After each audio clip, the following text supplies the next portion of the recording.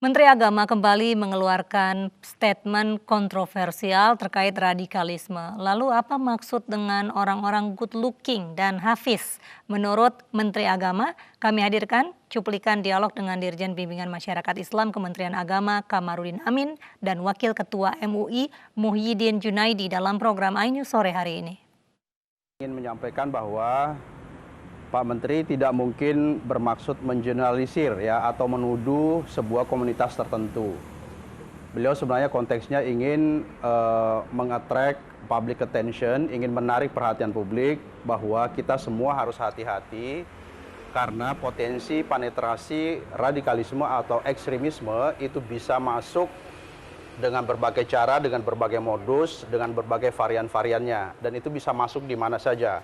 Bisa masuk di lembaga pendidikan, bisa masuk di ormas-ormas Islam, bisa masuk di masjid-masjid, majelis taklim, dan sebagainya. Jadi potensi itu ada, itu real dan itu faktual. Sehingga beliau menarik perhatian publik bahwa kita harus berhati-hati karena proses penetrasi ini bisa saja dan menggunakan berbagai cara. Berpotensi menggunakan berbagai modus sehingga kemudian bisa dengan soft masuk berpenetrasi ke masjid atau kemana saja ya, ke lembaga-lembaga dan ke ormas-ormas Islam. Jadi sekali lagi saya kira tidak ada maksud beliau untuk mengeneralisir apalagi menuduh ya. Mungkin itu bisa saja ada kasus seperti itu, bisa saja ada, tetapi sekali lagi itu tidak ada maksud mengeneralisir atau menuduh. Ya sekali lagi bahwa kita memang perlu hati-hati karena Pak Menteri bicara seperti itu bukan tanpa dasar ya, bukan tanpa fakta ya. Ada banyak sekali penelitian, banyak survei yang dilakukan oleh banyak pihak yang memang menemukan bahwa ada potensi ya, ada potensi yang perlu diwaspadai dan perlu diantisipasi. Misalnya potensi tentang adanya persepsi tentang sistem pemerintahan di Indonesia misalnya.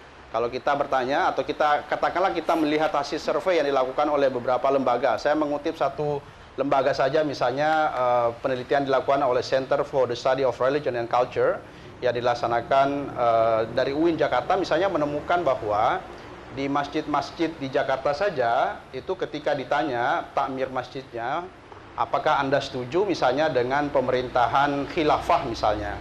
MUI menilai bahwa statement Menteri Agama Bapak Letnan Jenderal Fakhrul Razi berkaitan dengan good looking dan seterusnya itu sangat tendensius, provokatif, dan mencederai perasaan umat Islam yang merupakan mayoritas terbesar dari bangsa Indonesia.